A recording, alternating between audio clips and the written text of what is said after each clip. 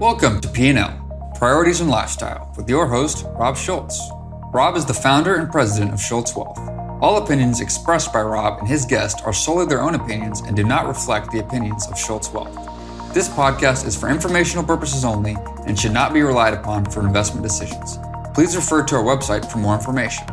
Hello everybody, welcome to P&L, Priorities and Lifestyle. I am Rob Schulz, and today I have Mark Cabal. Mark and I have known each other for a pretty good while, and Mark's a real estate professional. Super excited about having you on because this is something that everybody talks about all the time right now. I know. It's crazy. Be anywhere. Anybody wants to talk about real estate.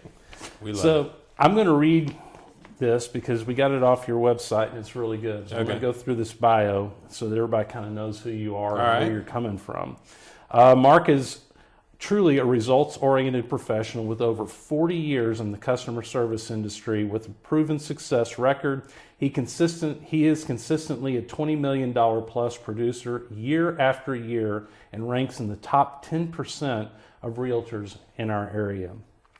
Mark achieves these results using great customer service skills, systems and processes, great staff, and the latest technology. We are going to talk about a lot of that because you really are special as far as how the team that you and Brenda have and the success y'all have on a consistent basis. So I'm looking forward to talking about that. You've been repeatedly recognized in D Magazine as best agents, and you're dedicated to the absolute best real estate experience to all of your clients and referrals. You're the team leader and listing specialist that handles most of the home sales.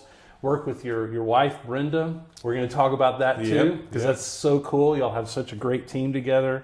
You enjoy volunteering in church and community activities. Cross-country dirt bike riding is your big deal. Camping in the outdoors and doing lots of fun stuff. You love God, your wonderful wife, Brenda, 4 beautiful children and 5 amazing grandchildren. And you have a passion for helping people, no question, whether it's at home or at work. You believe if you approach every day to work in the best interest of others, everybody wins. Everybody wins. I love that. That's on your website, and that really says it. Man, let's talk about real estate because right now it's just the weirdest market ever, in my opinion. I mean, this really takes the cake as far as the level of increasing prices, the demand. You know, not only are these houses going for a lot, but you're a real estate investor as well. So even leasings are way up. I mean, how are you keeping up with all this stuff? You know, just a day at a time. And we've been doing this a long time. We've got a good base. You know, you sell 75 or 100 homes a year. You have people refer, call you back, ask you questions. So it keeps us on our toes, but you know, as far as keeping up with everything, as far as what we educate our clients, whether it's a seller or a buyer or an investor, it's really the data that we're getting from sales and what we utilize from specific types of loans to achieve goals to get into homes, whether it's a bridge loan. We've got some people that are doing where you can use the equity that's in your home to buy another home without a contingency, and then they'll basically hold that loan. They'll basically let you buy another house, close on it using the equity that's in your house, and we can sell that house. And they basically delay. They delay some things. So we've got some tools, and you just have to be creative to win. If you just try and do things traditionally, you're going to lose. You know. Yeah. So let's talk about let's talk about just the homes that we own, right? Okay. So the home that I own right now, or when I have a client come in and we're talking about, and I ask them the question, you know, so what's your house worth? Right. You know, that's a whole conversation, right? It is. Because, for instance, you know, everybody can look and like the value on Zillow. Right. You know, and we look at that and we watch it increase just to, in my opinion, a ridiculous level, it seems like. You know, how So how accurate is the Zillow analysis, you think? They're about 10 to 13% high. That's what I was thinking. Based on the neighborhood. When we do a market analysis, we actually, when we pull in the comps for like your home, if you said, hey, Mark, what's my house worth? Yeah. We'll do a market analysis based on homes in your neighborhood, size, year built, amenities, and all that.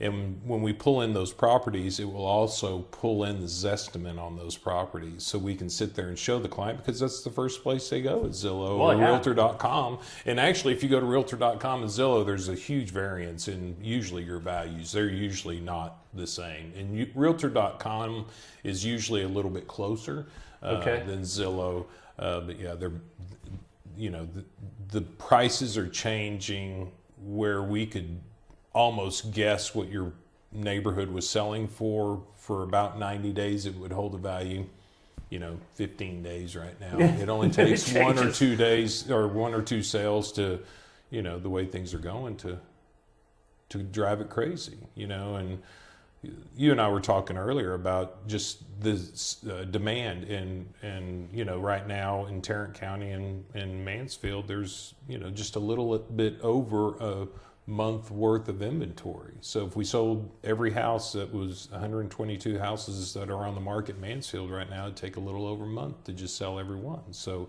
they're selling as fast as they're coming on the market, which no inventory creates a demand, real high demand. Yeah, and that's been happening for a while now.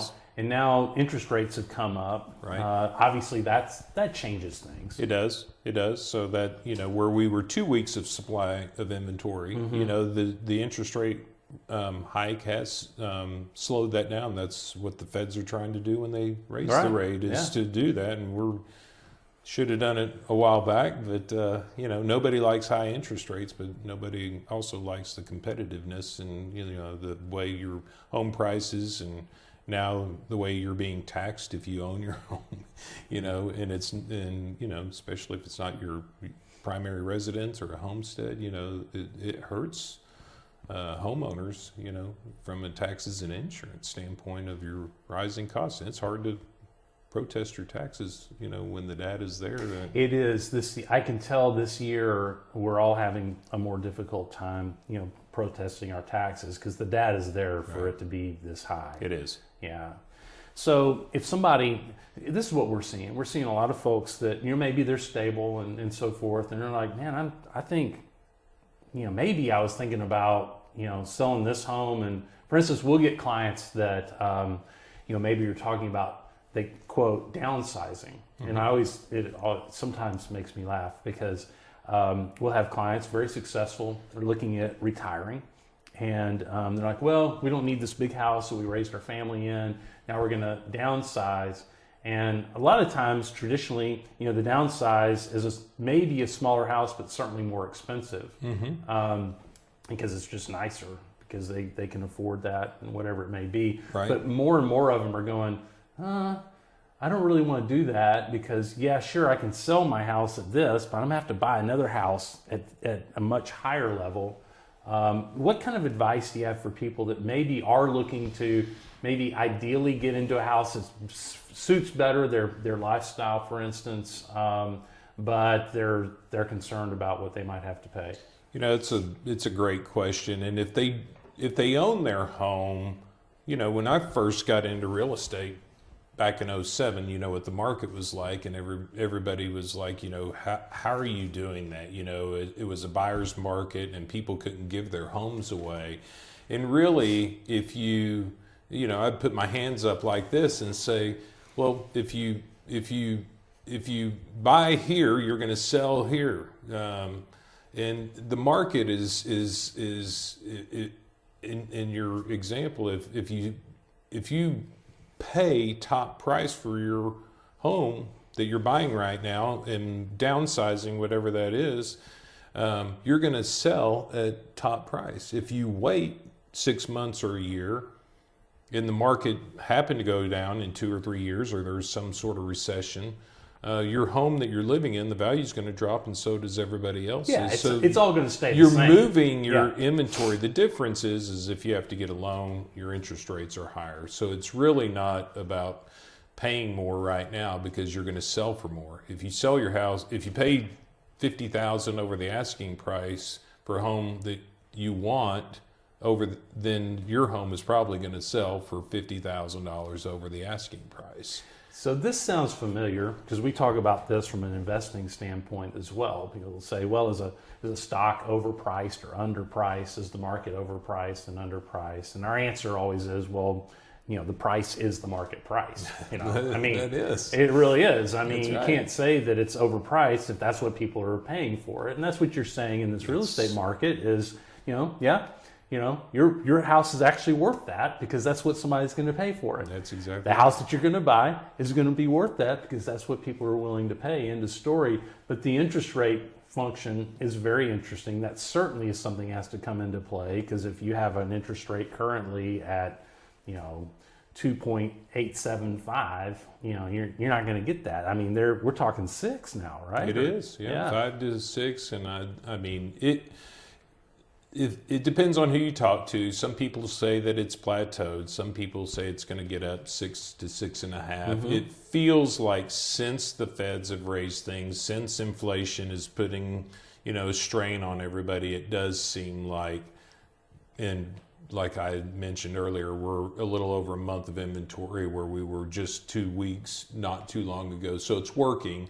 So whether the Fed decides to bump that up anymore, we'll just have to wait and see. We don't know. We'll just have to see. The difference is people think that, when COVID hit, you can get an interest rate 2.25, and they think that's going to last forever, and it doesn't, and so, could it be 6, 7, 8? Maybe. First house I bought was 8.75. It just doesn't last forever, and you don't know. Just like the stock market. I use that in relationship when I'm talking to somebody, and I tell them, if you buy a stock here, that price is going to change just like a house price. Yeah, so, absolutely. I love that you said that because I use that when I'm talking to people about buying and selling houses. And you're an investor as well. So, obviously you're helping people get into their homes and so forth, but you're a very successful investor in real estate as well, in residential real estate. So I want to talk a little bit about that because that's another thing that comes up with clients. Okay. A lot of clients are very interested in that. A lot of our clients are investors in real estate. I would say agnostic, but I'd almost say that we like our clients to be diversified with regard to how they invest, and real estate has been a good place to be. It's been a great place for you and Brenda. So let's talk about it a little bit. Yeah. One of the things from real estate standpoint and investing is it seems like there are a lot of investors out there. There is, and when I first started coming to you, we didn't have investment properties, and that's right. And when I had mentioned I wanted to diversify, you're like, I think you need to. And so, to become an investor, you have to talk like an investor. And so, when you're talking to people, you just have to let them know that you buy houses, you buy. If you ever hear of anybody that wants to sell their house, we pay more than, the traditional investor.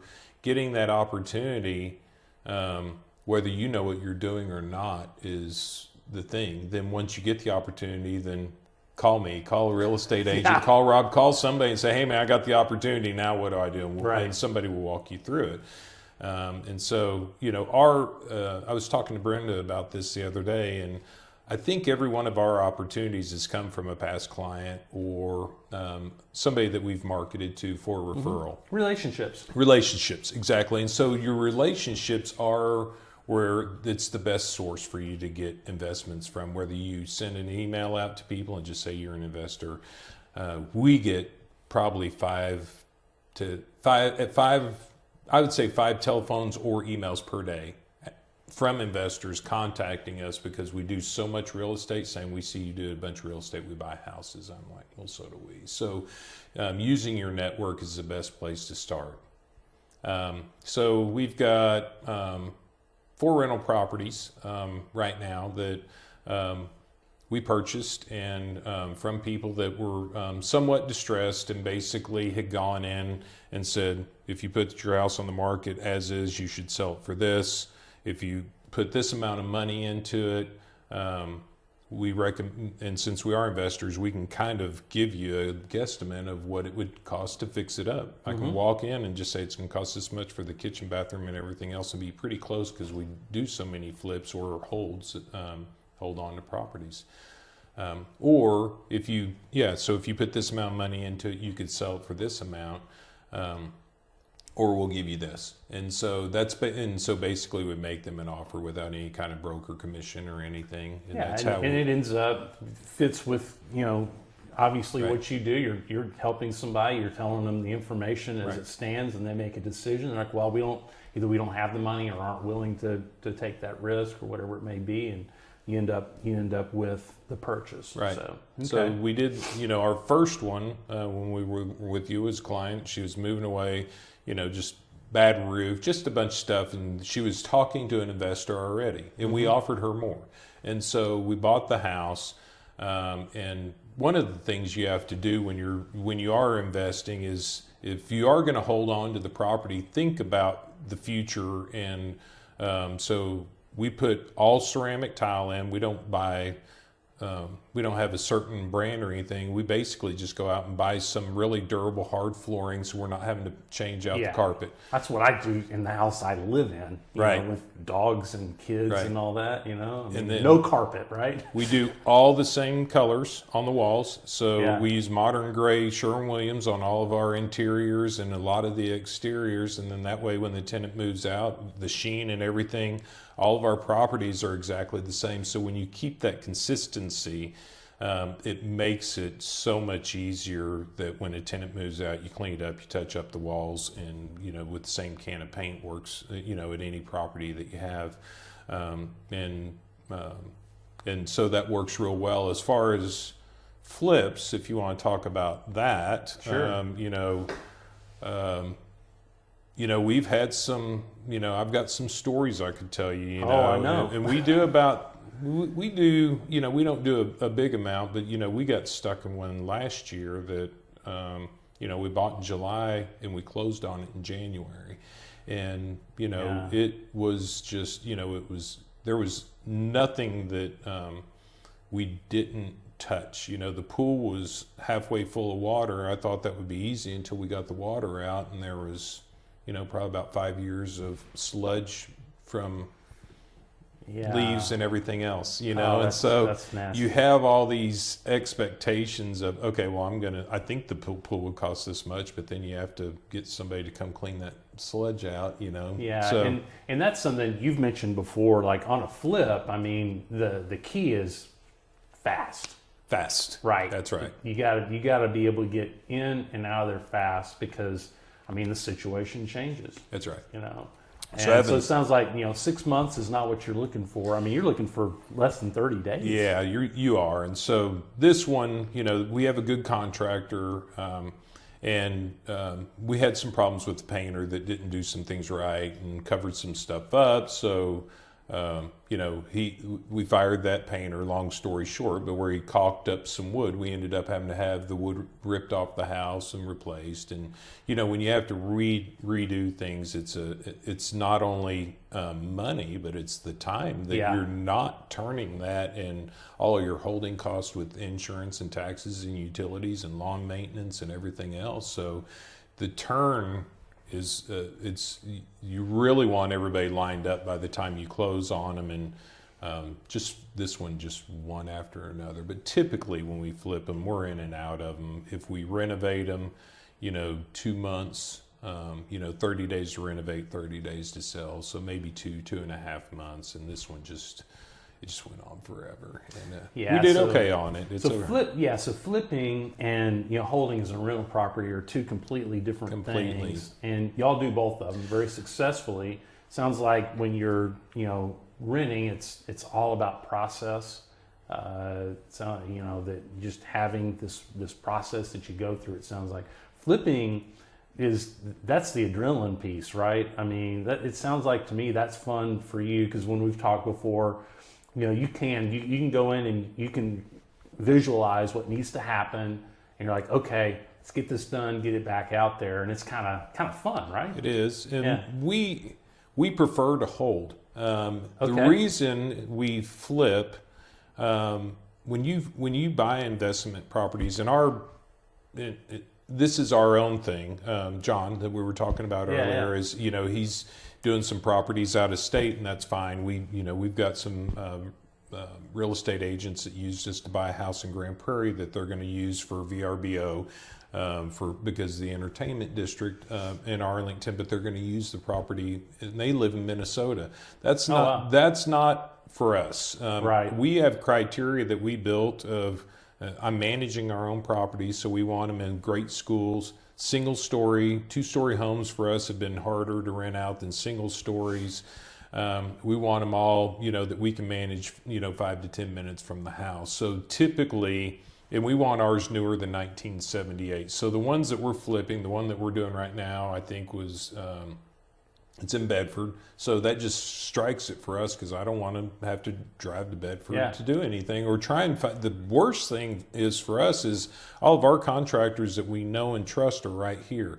To get them to go to Bedford may be a problem, Right. So that's how we decided to do it. So when you're looking at investing, and you're going to have an AC guy or a plumber, fix those things. You have to really consider if you have those guys, will they go to Plano to do a job? And sometimes it's better just to flip the property and let it go, unless you're going to find all these contractors in all these different areas. Gotcha. Okay, so it's just kind of a decision that you're making as you go through the process. As you go through the process, and for us.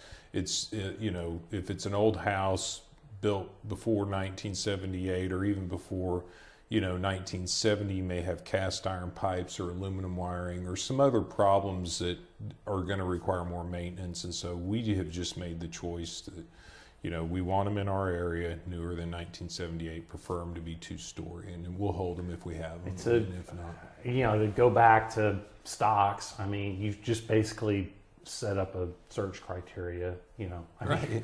Which is That's what right. we do. That's you right. just go through and say, okay, this is what we're looking for, and the ones that pop up are great. The other ones you ignore because they don't fit your criteria, and just having the discipline.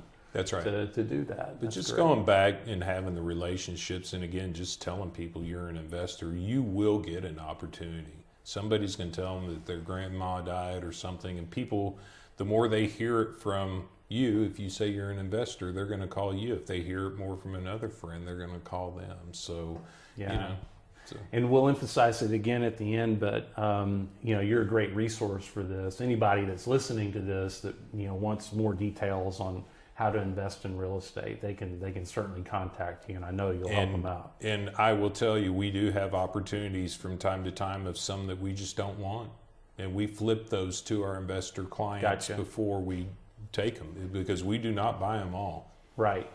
So we do offer those to our clients or investor groups before we just put them out to the world. So let's shift gears a little bit. I want to talk about first-time home buyers because I have kids buying houses, that have bought houses. We were talking, Jared, our operations manager here, going through the process of buying a house. And I told you this earlier. I was talking to him a couple of weeks ago, and he's going through this process. He's like, man, this is our first time to buy a house together, and it should be like super exciting and fun. And it's just not, because of just how the market is. What kind of advice do you have for those first-time home buyers right now? Brenda and I did a video last month, and we try and do an update video, and it's on our YouTube channel. If you just search our first and last name, you'll find it. Brenda normally works with the buyers. I normally work with the sellers, and the way the market is right now, if you don't have cash to guarantee, to pay above asking price in a metropolitan area, Arlington, Kennedale, Mansfield, Bedford, if you get out to maybe Cleburne or, oh my gosh, if you get on the outskirts, maybe even Weatherford, you may not have to pay or have to have guarantee over the asking price. But if it's where the inventory is a month or less, then you're not really going to have a lot of success, and that could be, borrowing some money from a family member, to offer over the asking price, and the way the market is, the way that we see it.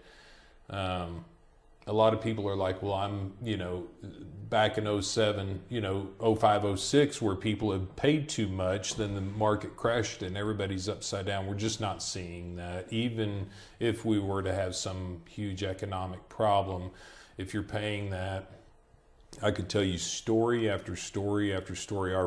We had a client last year that bought a house almost up in Denton, and to secure it paid $150,000 over the asking price.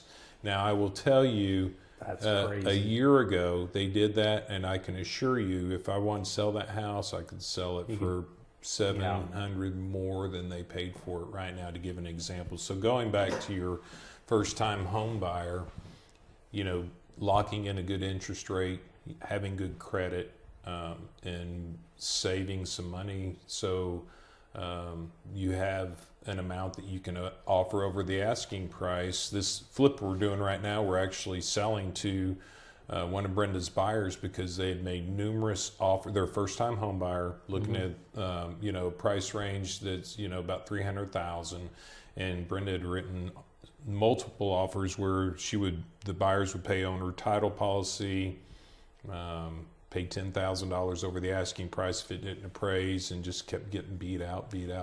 So they kept lowering their expectations, which is frustrating to somebody that should be very excited to do that. And so they're basically, we found them an off-market property, and that's how we're doing this. And that doesn't happen all the time, but it does happen, where we'll end up, finding them something like that, because we're networking with, thousands of people that we've dealt with, and we'll tell them we have a buyer, they'll buy it as is, And so it's just hard. You just got to work hard at it. And, the alternatives aren't that great either, because, obviously, rental prices are way up as well. So it just has gotten expensive. And just like any financial planning problem, it sounds like you just have to work at it, and you just have to find the solution and go make it happen. Make a goal to make real estate happen, because what I can tell you, and had I known this back in 07 and 08, land and houses appreciate. And if you're a first-time home buyer and you're 20 or 30 or however old you are, buy a house. It is a solid investment that will appreciate over time if you hold on to it. And Bethany and Philip they're under contract to buy a house in Alaska. They're stationed up there, and we didn't try and talk them out of it, because if they move in 3 years, we know that they're going to make money on it. Yeah. So save some money, get a down payment, get something under contract, fix it up, stay in it a few years. You can buy a nicer house the next time. That's how you. And that's how you do it. That's how you do it. So you mentioned Brenda, your wife. My wife. And you're not only your partner, and your partner both in your business as well. Right. I think that's really cool. Working with your spouse is not something everybody can do. But y'all do it incredibly successfully. I wish I had the technology to have 3 people in an interview, because we would have brought her in today as well. But how did that happen? How did y'all end up in business together? Well, she was a school teacher and in Mansfield, and I got my license in 07 and went full time in 09, and somewhere around, I guess it was 2012, 2013 maybe. No, 2009, I hired a part-time assistant, and then she kept telling me she wanted to be an assistant, and I kept explaining to her, I'm a horrible boss, I'm mean, not good for marriage, let's not do that. And so I then hired somebody from a previous business I used to be in as a full-time receptionist, and she got very angry at me I just told her, I said, I'm not a good boss, and it's not going to be good for our relationship. So me and the assistant had closed 80 homes by myself, and within an unlicensed assistant, I think it was about 2012 or 2013, I told Brenda, I said, I can't do this again. I'm hiring a buyer's agent. And she said, I'm going to go get my real estate license, and I'm going to be your buyer's agent. And I said, okay, we can do that. I'm not managing you. Yeah. And so she was off that summer, got a real estate license, put her notice into the school, worked one last year, came to me in 2014 and started feeding her all those. So I'd go out and list somebody's house, and then they had to buy a house in a lot of cases. So Brenda showed them the houses. I sold their house, and it's been great for us because it took the pressure off from me. As far as having to show the houses, but she's a teacher, and so she could teach, I can see that. She taught them, and so where I'm like, you just got to pay 10,000 over. She would, she's more the teacher of, this is what the market's doing. Let me give you some data. Let me do this. So she was a better person fit for that job, and she has really owned it and made all the difference in our business. And so that's so cool. Yeah, she doesn't care, and there's a lot of stress that can go on with the selling a home and negotiating and contracts, multiple offers, repairs, and everything else. And you have to be, and it just wasn't a suit for her. And she has listed some of her previous clients' homes that insisted on using her, but she loves doing the buying end of it.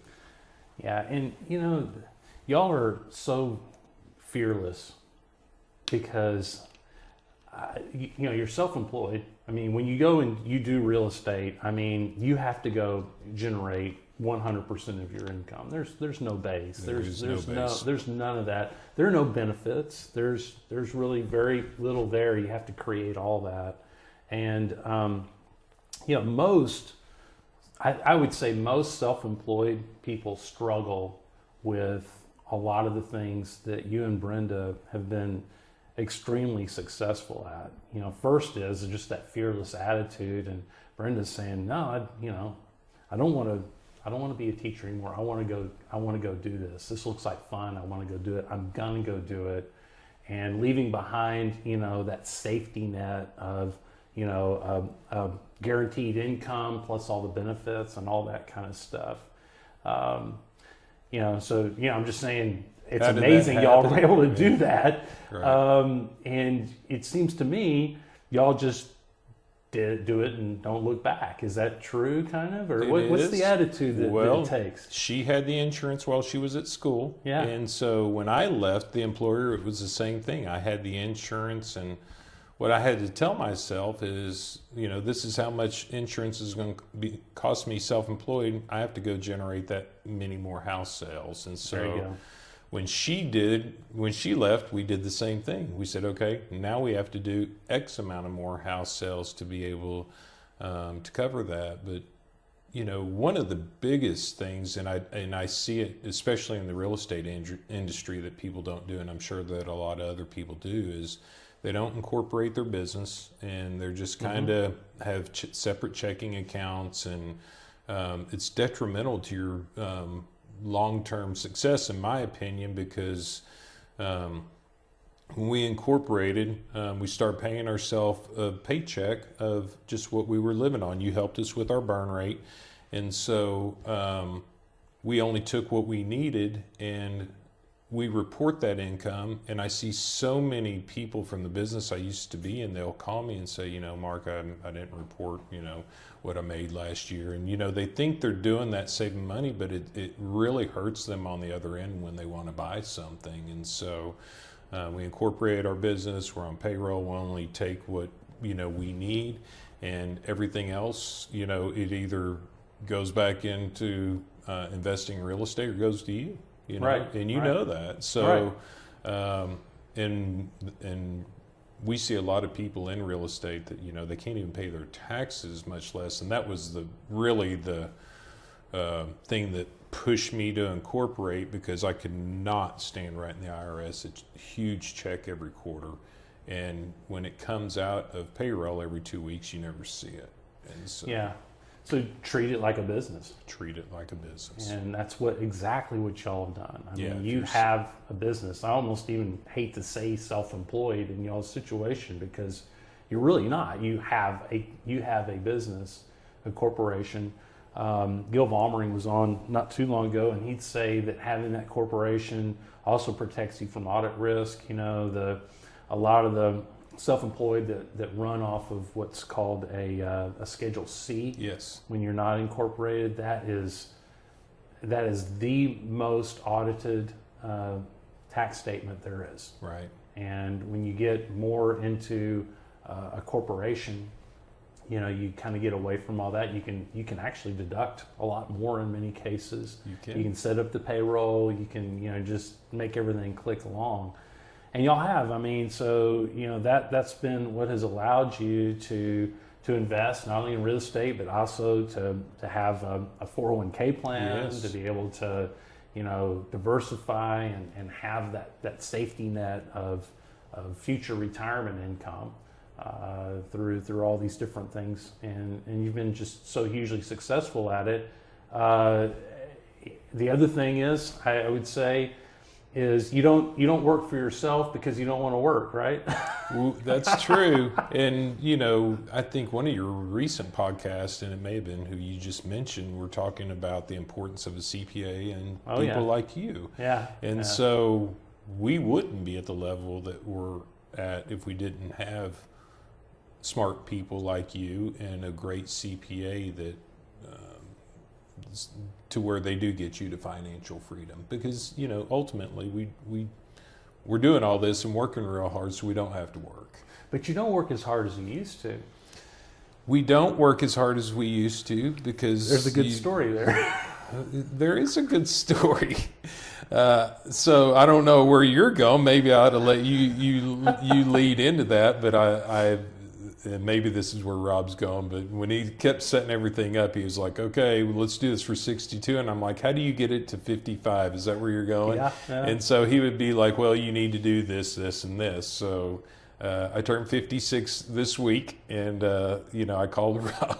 I don't even remember what it was or what happened. I think it was one of our meetings last year. Yeah, it was. And you're basically like, you're there. And, you know, it's a good feeling. We love real estate. You know, I'm dressed up. I'm going on an appointment after we leave here. But it's a nice position to be in when most of your business is through personal referrals or, you know, and so we don't have to work hard. If we choose we want to work hard, we can. We're certainly not letting any referral or anything go untouched, but we're not cold calling and doing all the things we hated to do back in, you know, that got us to the level, you know, all the stuff that we had to do to get where we got. So you use some of our language, you know, the burn rate. Yeah. You know, we always, with our clients, we always talk about burn rate, which is that's just what you spend and it just gets burned, right? Right. It is what it is. It's fine. That's how we live, you know.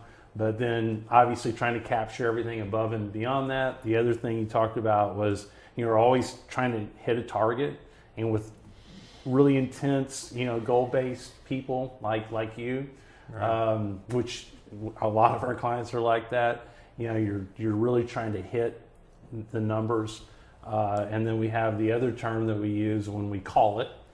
You know, and you know we're calling it when we're like, well, man, we just kind of hit our goal. I mean, so you're working, but you don't have to from a financial standpoint. You're working because you enjoy it, and you went through that shift last year, and it was really fun going through it with you because you know, everybody kind of does that shift a little bit differently, and you were like kind of almost like, oh my gosh, you know, what's happening here? My life is changing. It really does. It does. You're doing the same things you were doing before, except for you're almost like doing them for different reasons. Is that a good way? It is. Yeah, it really is. And you know, when you are just conditioned to get up, go to work hard, and you're basically being told that you don't have to do that. It's like, what is my purpose now? And your purpose does change in why you do the things that you do. And so it's a great feeling. If we want, Brenda's doing grandkid things this morning. Her Bethany's in town with the 2 young ones before they go off to Alaska, and she's eating that up as much as she can. And I think she would have felt guilty about that had we not got, I guess, that word, or however you said it, that we didn't have to do it. She'd feel guilty about not going in and generating leads today. And so now she doesn't feel guilty, and it's a great position and place to be in. No, it is. It's always fun to go through that with the family. And you did mention you do it for different reasons, but I would say that those same reasons, there are a multitude of reasons why we do what we do. Certainly. Right. One of them is obviously so we can eat. Right. Okay. So that one's important. But the kind of things that y'all do, getting people into homes and all the great stuff you do, that a lot of times even gets elevated once we call it. And that certainly happened with y'all. I'd say you probably, work. I know y'all work almost as hard as you did before. There are a couple of things that you can cut out that you didn't enjoy as much, but still able to provide that top quality service to your referrals and so forth, and have like tons of fun, right? We do, and we love it more. And even the flip that we're selling to our buyer right now, we could sell that for more money on the open market. But we don't have to, and we're accomplishing Brenda not having to, be unsuccessful getting them under contract because they weren't winning. So we've solved that problem where she won't have to continue to show. We may not make as much money. We made the buyer happy, and everybody wins, right? Yeah, that's how we started out. Right. So that's cool. Well, that's good. Well, Mark, it's been great having you on today. We kind of went the whole gamut. We talked about the real estate market, this crazy market that a few years from now, it'll be interesting to kind of look back, just like the 08, 09 period. This is a huge demarcation point, it seems like, with respect to real estate. Something that I also kind of like to talk about kind of towards the end with a lot of my podcast guests these days is just kind of the pandemic. And you and I were reminiscing, like right before the pandemic hit, you were all ramped up and you were doing these real estate classes to help people, learn how to invest. And Austin and I went to that. Right. And then all of a sudden the whole world shut down. That's right. I wanted to ask you, how do you see, how has the pandemic changed some things for y'all professionally as well as potentially personally that you think are long-term effects? Professionally, we were forced to do more remote type meetings, and we had to learn that technology, Zoom type meetings, and we like the one-on-one, the convenience that our clients have now for us to do consultations and Zoom type meetings has been amazing. It is, and everybody, we like the interaction again. However, it is convenient. So that has really made a big difference. What else? Long term. That's probably, we have so much technology and have had like our telephone numbers where, we could work in Aruba from our computer and call without using our cell phones as long as we have a Wi-Fi signal. So we had that technology before we moved to our office. We don't even have to have that computer. We can be in Aruba on somebody else's computer, log in, get every one of our files. So we have everything. I had set everything up cloud-based. I can get on your computer and operate my office here as long as I can get in to, log in. So I think having that, if you don't, is, I've had so many people say I got to pull up my Outlook or get my computer, or my computer crashed and I lost all these files. I mean, if somebody stole my computer, I'd just log right back in. Every Yeah, time we get, it's all there. It's just a box. So, I think that's, if you don't have that, but I feel like we were maybe prepared more than, others as far as because that you've goes. always had a technology tilt to what y'all were doing. Yeah. So, you were, and obviously you were very successful through the pandemic. And, Yes. things changed and so forth. But yeah, that's a real testament, I would say, that technology has taken a more of a front seat. It has. Who doesn't work just straight off their cell phone now? I mean, That's right. I mean, I hardly ever give the main number out anymore. I just work off my cell phone. Yeah. It's easier. And it saves, you save the fees, of having to have a landline, potentially, depending, and every business is different. Sometimes you have to have receptionists and that sort of thing, but the virtual and the virtuality of our world, people being able to work from home was obviously a huge factor of the whole pandemic and why, we exploded, because it completely nosedived when it first hit. And then everybody realized they could work from home, so everybody's doing office space, and if they couldn't, they're moving out to the lake or wherever they, know. And so all this remote working created all that. Now it's stopped, which has created another kind of a lull. So, we artificially brought all these buyers and sellers in that we may not have had, which has kind of slowed things down. Interesting, yeah. Well, Mark, if somebody wants to get in touch with you or Brenda on stuff, can you kind of tell us what the best way to contact y'all is? And we'll put this in the show notes as well. Yeah, so just, telephone, email. Usually people try and Google our name and can't find it because of the way it's spelled. So as long as you spell it the right way, then you'll find us at Mark Cabal, CABAL.com. You can call anytime, 682-233-0324, text, but markcabal.com has all of our contact information. Brenda's and ours is all on the contact page. Is the easiest way to find us. And I would not hesitate if you have a question with regard to real estate. It's a great resource for you. So reach out to Mark and Brenda, and they'll take care of you. Absolutely. Again, great having you. Hey, thanks for having me. It was fun. I wanted to remind everybody that you can subscribe to this. We send this out every other week, every 2 weeks, and always try to have somebody on that helps you from either investing standpoint, financial planning, obviously more of a business tilt, towards bettering your business and potentially at some point calling it, as we like to say, or selling it or something like that. So great having everybody. Hope y'all have a great week. Take care.